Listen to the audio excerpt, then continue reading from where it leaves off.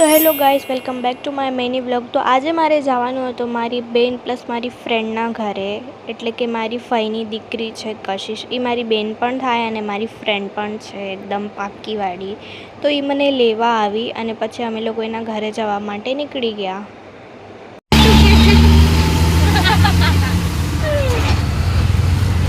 अपनी दोस्त से मिलने और उसका पति बेचारा फंस गया. પછી ત્યાંથી અમે લોકો નાસ્તો કરવા ગયા અને મેં મંગાવ્યું હતું સૂપ, કેમ કે મને શરદી થઈ હતી, મારી તબિયત બરાબર નથી. અને સૂપ પીને અમે લોકો ગયા ઘરે. અને આ છે અમારા ફઈબા અને અમે લોકો ચા નાસ્તો કરવા બેઠા હતા. આ છે પ્રથમભાઈ, આ છે અમારા બનેવી સાહેબ અને આ છે કશિશ. અને આને તો તમે ઓળખતા જ હશો. પછી ત્યાંથી મને કશિશ મેક્સિસ મોલ મૂકી ગઈ, કેમ કે મોલમાં આ લોકો મહેંદી મુકાવવા આવ્યા હતા, કેમ કે બીજા દિવસે વાસ્તુ હતું. તો આ લોકો મહેંદી મુકાવતા હતા અને હું વેઇટ કરતી હતી કે આ લોકોની મહેંદી ફિનિશ થાય. પછી અમે લોકો ઘરે પહોંચી ગયા અને મારી તબિયત થોડીક નરમ ગરમ હતી, કેમ કે હું વરસાદમાં પલળી હતી એટલે મને તાવ જેવું થઈ ગયું હતું. પછી અમારે લોકોને જમવા જવાનું હતું હોટલમાં, તો અમે લોકો બિલ્ડિંગના નીચે ઉતર્યા અને રિક્ષા અને ગાડીની રાહ જોતા હતા બધા.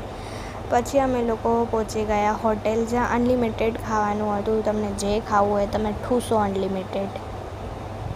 પછી અમે લોકોએ સ્ટાર્ટઅપથી ચાલુ કર્યું.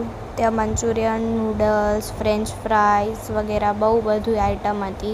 પછી બધા આવી ગયા અને અમે લોકોએ બધા ભેગા બેસીને ડિનર કરતા હતા. ફેમિલી ટાઈમ, બધા સાથે બહુ મજા આવી ડિનર કરવાની, કેમ કે બધા સાથે હોય તો જ મજા આવે. અમે લોકો બધાએ બહુ એન્જોય કર્યું. અને આ શ્રુહદભાઈ તો લાઇટ જોઈને ગાંડા જ થતા હતા, એને તો બહુ મજા આવતી હતી લાઇટ જોવાની.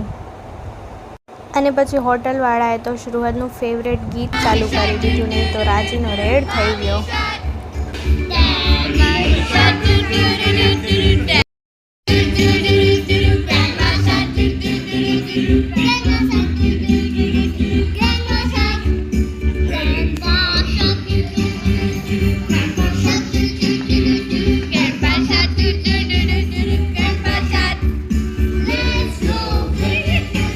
પછી અમે ડિનર કમ્પ્લીટ કરીને ઘરે જવા માટે નીકળી ગયા. ગાઈસ, તમને મારો વ્લોગ ગમ્યો તો લાઈક, કમેન્ટ અને સબસ્ક્રાઈબ કરવાનું ભૂલતા નહીં.